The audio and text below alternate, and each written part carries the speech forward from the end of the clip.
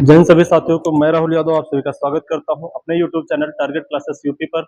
जैसे कि आप सभी को पता है, हम लोग पढ़ रहे हैं यूपी स्पेशल यानी यूपी जेके, और जो आपका एग्जाम लगा हुआ है उत्तर प्रदेश री एग्जाम, उसके लिए बहुत ही महत्वपूर्ण टॉपिक है।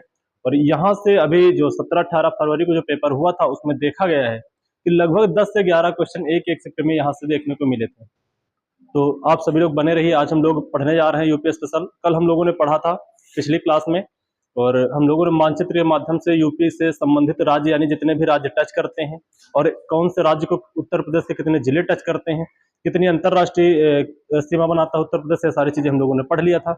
उसी के आगे का आज का सेशन हम लोग लेकर आए हैं जिला दर्शन। ठीक है, जिला दर्शन में हम लोग यूपी के जितने भी जिले हैं यानी 75 के 75 जिलों में हम एक एक जिले को पढ़ेंगे। वहाँ की विशेषता क्या है, वहाँ की खासियत क्या है, और क्या है वहाँ पे जो उस जिले को एक सबसे अलग बनाता है, ये सारी चीजें हम लोग पढ़ेंगे। और जितने भी वहां से क्वेश्चन बन सकते हैं, अब जिले से चाहे वो उस जिले से कोई खिलाड़ी आता हो या कोई स्टेडियम हो, वहां पे कोई पर्यटक स्थल हो, मंदिर हो, कुछ भी हो, यानी हम हर चीज वहां पे पढ़ने का काम करेंगे। हर एक जिले से हम लोग पढ़ेंगे।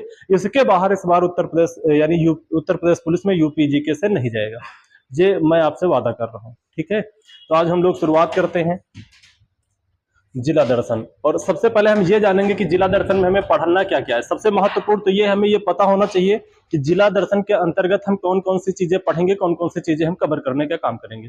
तो जिला दर्शन में सबसे पहले याद रखना, जिला दर्शन में हम लोग जो है जिले का परिचय एवं उत्पत्ति, ठीक है, ये सारी चीजें पढ़ेंगे।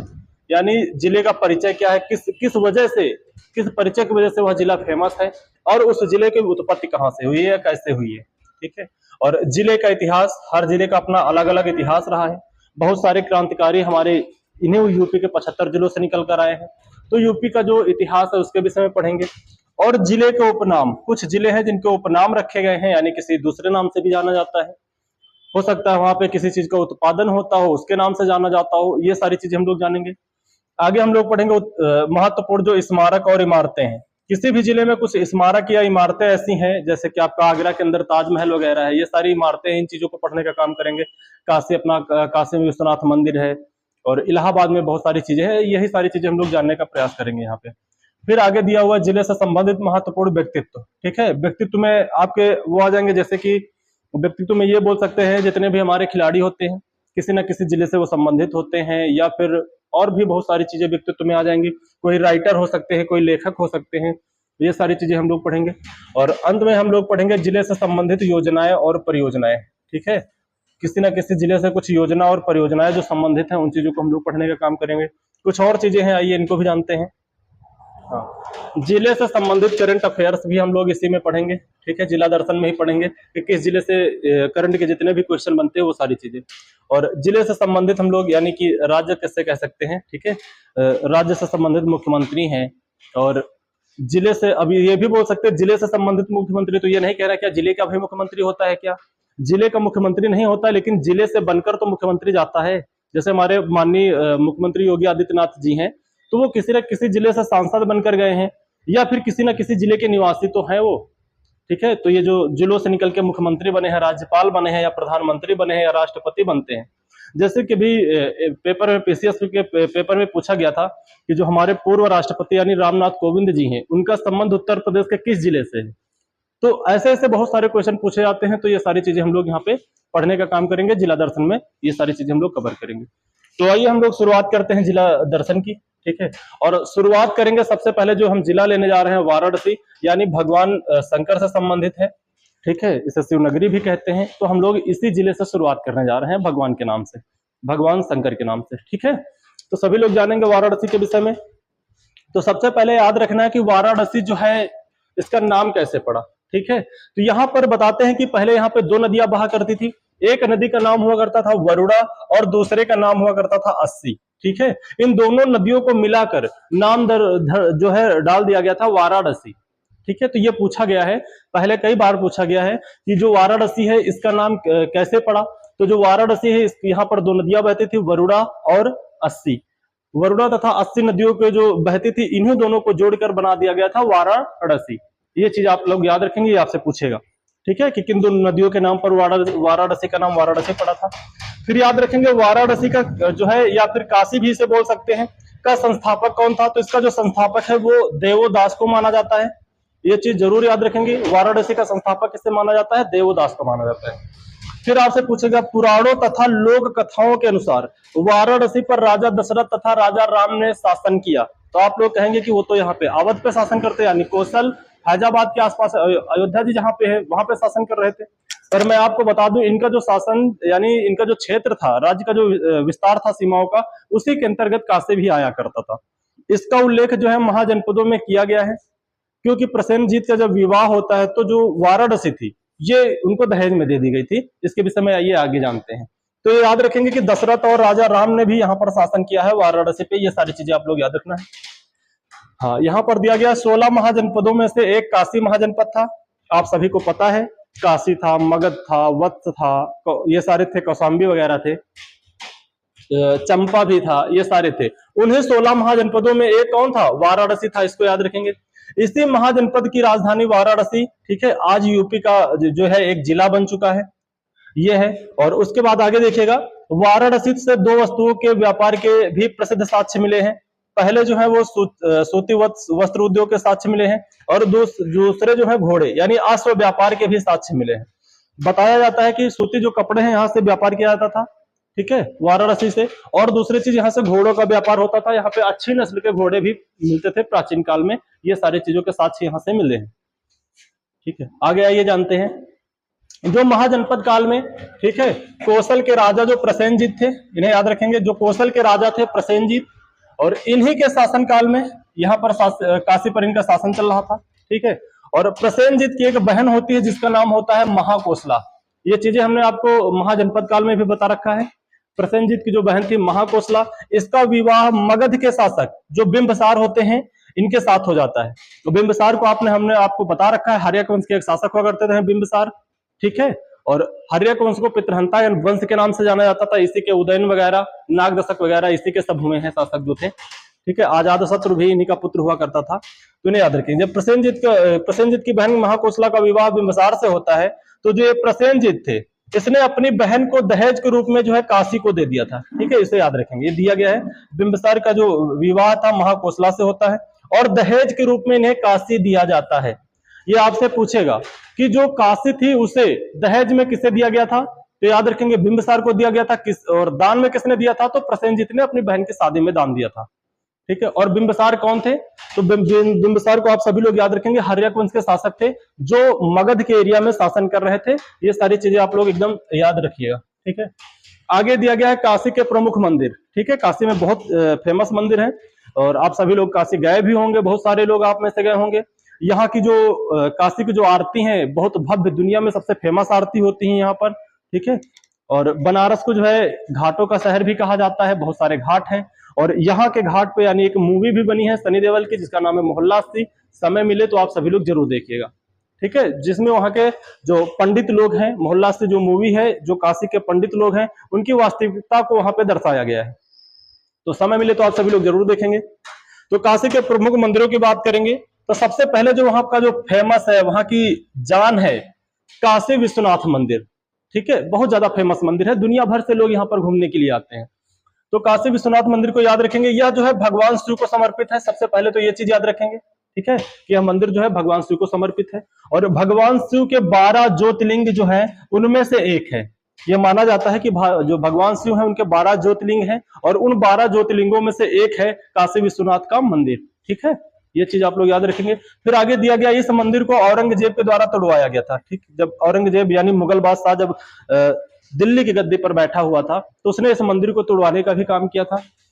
और एक आगे यहाँ पर मिलता है, मराठा राजकुमारी जो हुई थी अहिल्याबाई होलकर, इसका पुनर्निर्माण करवाया था। इन्हें जरूर याद रखेंगे। आपसे पूछा जाएगा कि कौन से मुगल बादशाह ने काशी विश्वनाथ का मंदिर तोड़वाया था, तो इसे सभी लोग याद रखेंगे, वो औरंगजेब थे।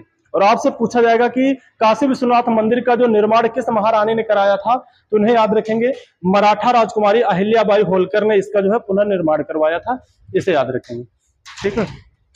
वर्तमान में जो आपको दिया गया है इसे याद रखेंगे। वर्तमान में विवादित मंदिर मस्जिद मामला इसी मंदिर से संबंधित है। आज के डेट में बताया जाता है, हालांकि मैं तो वहां पे गया नहीं है, लेकिन वहां पे बताया जाता है कि जो काशी विश्वनाथ मंदिर है और एक वहां पे बाबरी मस्जिद बनाई गई है, दोनों इस समय एक दूसरे से ज्वाइंट है। ये कह सकते हैं कि जैसे कि ये मान लो काशी विश्वनाथ मंदिर है और इसी से जस्ट जुड़ा हुआ इधर एक बाबरी मस्जिद बना दी गई है औरंगजेब के शासनकाल में। तो ये विवादित हिस्सा है, हालांकि इस पर हम लोग ज्यादा चर्चा नहीं करेंगे, लेकिन आप सभी लोग ये जरूर याद रखेंगे कि ये वर्तमान में जो है मंदिर और मस्जिद के नाम पर विवादित है और विवाद यहाँ पे लगातार चल रहा है। ये सारी चीजें आप लोग याद रखेंगे। फिर आगे यहाँ पर दिया गया है एक मंदिर और है जो यहाँ पे वाराणसी में बहुत ज्यादा फेमस है, माँ अन्नपूर्णा मंदिर। ठीक है, और यह मंदिर विश्वनाथ मंदिर के समीप स्थित है। ये चीजें याद रखेंगे। आपसे पूछा जाएगा कि अन्नपूर्णा मंदिर जो है किसके समीप स्थित है, तो काशी विश्वनाथ मंदिर के समीप स्थित है। यह मंदिर यानी अन्न की देवी को समर्पित है। ये चीजें याद रखेंगे। जो यह मंदिर है यह अन्न की देवी, अनाज की देवी जो होती है उनको समर्पित है। हालांकि यहाँ पे कुछ लोग अन्न के देवता भी बोलते हैं, वो अलग चीज हो गई है। कुछ लोग कहते हैं ना अन्न देवता, और ये थोड़ा सा अपवाद में आ जाता है। अब अन्न देवता है या अन्न देवी है वो अलग चीज है। कुछ लोग अन्न देवता बोलते हैं, और यहाँ पर ये जो मंदिर है ये अन्न देवी से संबंधित ये मंदिर है और अन्न देवी जी को ये समर्पित है। ये याद रखेंगे। आपसे जब भी पूछे, आपसे पूछेगा कि यहाँ से लगातार कई बार पूछा गया कि माँ अन्नपूर्णा का मंदिर कहाँ पे है, तो वाराणसी में है। बस आप इतना याद रखिएगा। फिर दिया गया संकटा माता का मंदिर। ये सभी लोग याद रखेंगे। संकटा माता का मंदिर, ये संकट जो है संकट को खत्म करने वाली देवी जी का मंदिर है। ठीक है, जो संकटा माता मंदिर है ये भी वाराणसी में स्थित है। और यह जो मंदिर है संकट को खत्म करने वाली देवी, आपके ऊपर जब भी कोई संकट आए तो आप एक बार विश्वनाथ नगरी में जाइएगा, वाराणसी में जाइएगा और जो संकटा माता का मंदिर है उसके दर्शन करिएगा। आपके जितने भी कष्ट हैं, जितने भी संकट हैं, वो सारे संकट वहां पे कट जाएंगे। ऐसा हमारे देश में मान्यताएं हैं और हकीकत भी है। ठीक है, आगे दिया गया है इस मंदिर के परिसर में 9 ग्रहों का मंदिर है। ठीक है, यहाँ पर जो ग्रह होते हैं हमारे यहाँ पे 9 ग्रहों को यहाँ पे दर्शाया गया है। ऐसे ऐसे यहाँ पे बहुत जो है इसकी भव्य सजावट है। आप लोगों को मौका मिले तो कभी जरूर जाइएगा। फिर आगे दिया गया विश्वनाथ मंदिर। ठीक है, विश्वनाथ मंदिर बीएचयू आप सभी को पता है, बीएचयू बनारस हिंदू जो यूनिवर्सिटी है, विश्वविद्यालय है। ठीक है, यहाँ पर बहुत दूर दूर से बच्चे पढ़ने आते हैं बीएचयू में, तो इसे याद रखेंगे। यहाँ पर भी एक स्थित है। यह बनारस हिंदू विश्वविद्यालय परिसर में बिंडला द्वारा बनवाया गया मंदिर है। ठीक है, तो वो विश्वनाथ मंदिर अलग है और जो बीएचयू में बनाया गया ये अलग है। ये बिंडला फाउंडेशन के द्वारा बनाया गया है। ये सारी चीजें याद रखेंगे। और यह मंदिर में सभी जातियों एवं धर्म के लोग जानने के लिए खुला है।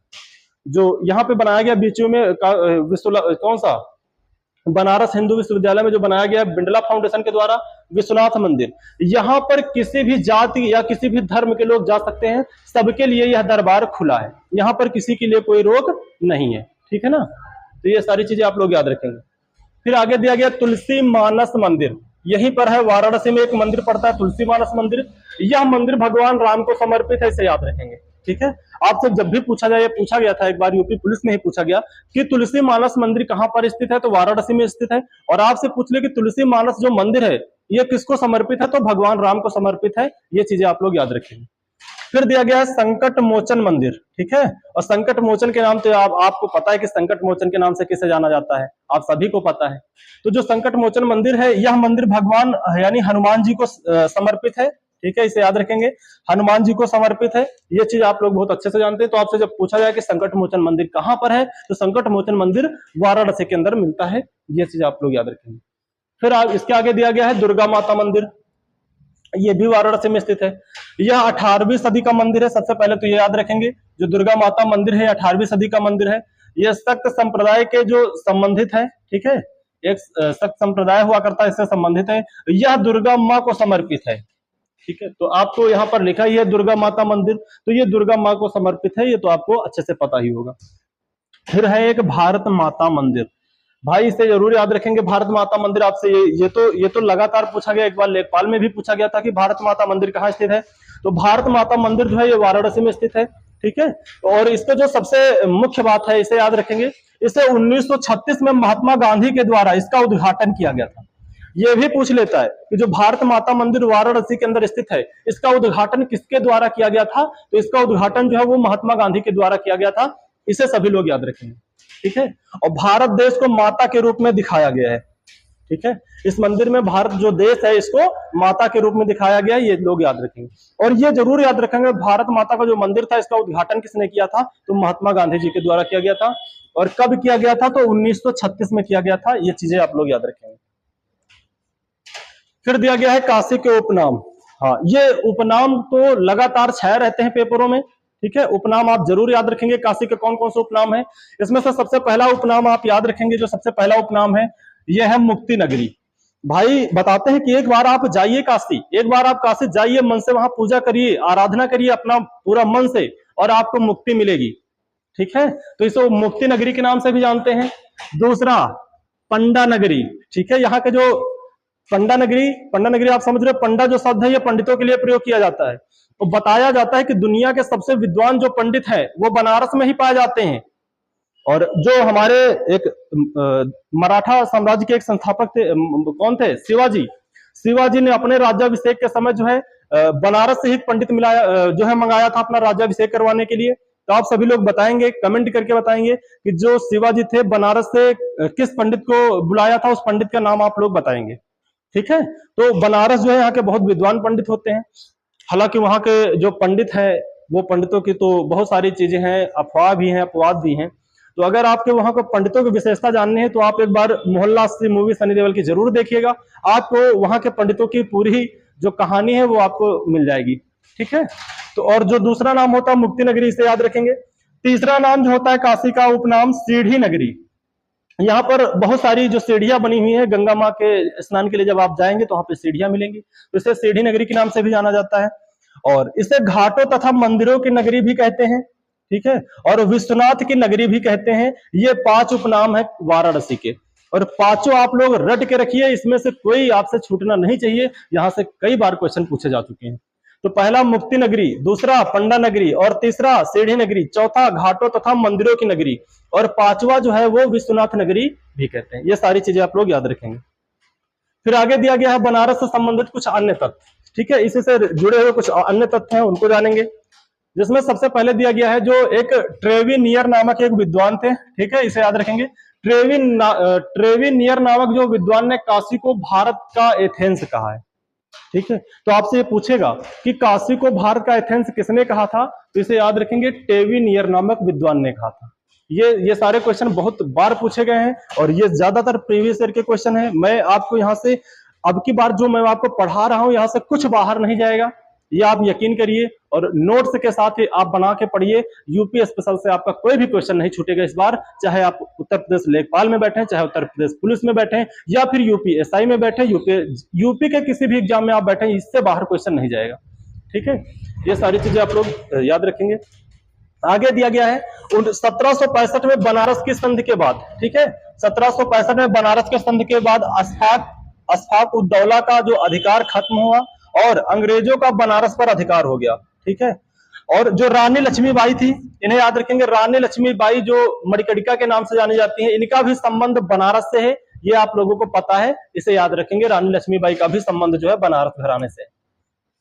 आगे दिया गया भारत का एक प्रसिद्ध संगीत, ठीक है। संगीत आप सभी को पता, संगीतों से बहुत ज्यादा क्वेश्चन पूछे जाते हैं, तो इसे याद रखेंगे। भारत का एक प्रसिद्ध संगीत घराना बनारस घराना कहलाता है, ठीक है, जो नृत्य एवं संगीत के लिए प्रसिद्ध है। और आप लोग याद रखेंगे ठुमरी गायन के लिए यह घराना प्रसिद्ध है। आप लोग याद रखेंगे जो बनारस घराना है ये किसके लिए प्रसिद्ध है, तो ये ठुमरी गायक, आप सभी को पता है ठुमरी गायन एक होता है, इसके लिए बनारस जो घराना है ये प्रसिद्ध है। आपसे पूछेगा कि जो ठुमरी गायन है ये किस घराने के लोग करते हैं, तो बनारस घराने के लोग करते हैं। ये चीजें आप याद रखेंगे। फिर धर्म ग्रंथ है कुछ, इनके विषय में जानिएगा। जो धर्म ग्रंथ है, एक है आपका ऋग्वेद, ठीक है, और एक है आपका अथर्ववेद, और इन दोनों में जो है काशी का उल्लेख है। ये बहुत बड़ी बात है, इतना प्राचीन इतिहास की बात है। जब हमारे वेद लिखे गए थे, ऋग्वेद और अथर्ववेद, ऋग्वेद और अथर्ववेद जो है, इन दोनों में वेदों में जो है काशी का उल्लेख है। यही कारण है कि यह विश्व के प्राचीनतम नगरों में से एक माना जाता है, ठीक है। ऐसे नहीं कह देते कि जो काशी है ये प्राचीन नगरों में से एक है, इसका उल्लेख ऋग्वेद और अथर्ववेद दोनों में मिलता है। और ये बहुत बड़ी बात है कि इतने प्राचीन नगरों में हमारे काशी का नाम आता है, ये बहुत बड़ी बात है। फिर है 1780 ईस्वी की बात है। यहाँ के जो राजा चेतन सिंह थे, इन्होंने अंग्रेजों के खिलाफ विद्रोह कर दिया था। इसे याद रखेंगे। यहाँ से पूछा जाता है कि बनारस के किस शासक ने या बनारस के किस राजा ने जो है अंग्रेजों के खिलाफ विद्रोह कर दिया था, तो उनका नाम याद रखेंगे, राजा चेतन सिंह थे। इन्होंने 1780 में अंग्रेजों के खिलाफ विद्रोह कर दिया था, ठीक है। और ठीक है, तो जो बनारस से जितने भी क्वेश्चन थे हमने आप सभी को करवा दिए हैं। और एक जिले से इतने क्वेश्चन है, अभी तो 74 जिला है। आप सभी को पता है कि बहुत मजा आने वाला है जब हम रोज एक जिले को पढ़ेंगे, उसकी जितनी भी विशेषताएं, जितने भी वहां से क्वेश्चन बन सकते हैं, सभी को पढ़ेंगे। तो आज हम लोगों ने जो है वाराणसी को पढ़ा है, और कल जो हम लोग पढ़ेंगे वो प्रयागराज को पढ़ेंगे। ठीक है, तो सबसे पहले हम लोग देवताओं की जो जन्मभूमि है, देवताओं की स्थली है, हम लोग उन्हीं को कवर करने का काम करेंगे। फिर एक एक जिले को पढ़ेंगे। आप यूपी के किस जिले से आते हैं, आप सभी लोग इसे जरूर बताएंगे कमेंट करके, और हम लोग हर जिले के विषय में पढ़ेंगे। हो सकता है कि आप जिस जिले में रहते हो आपको वो विशेषता ना पता हो, लेकिन मैं वो खोज के भी आपको बताऊंगा और आपको पढ़ाने का काम करूंगा। तो नेक्स्ट जिला जो हमारा है प्रयागराज। ठीक है, प्रयागराज, ये इसे प्रयागों का राजा भी कहते हैं।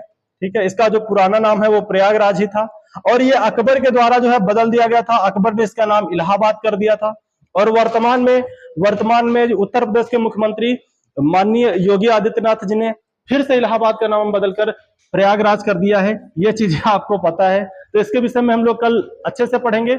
आज के लिए इतना ही। जय हिंद, जय भारत।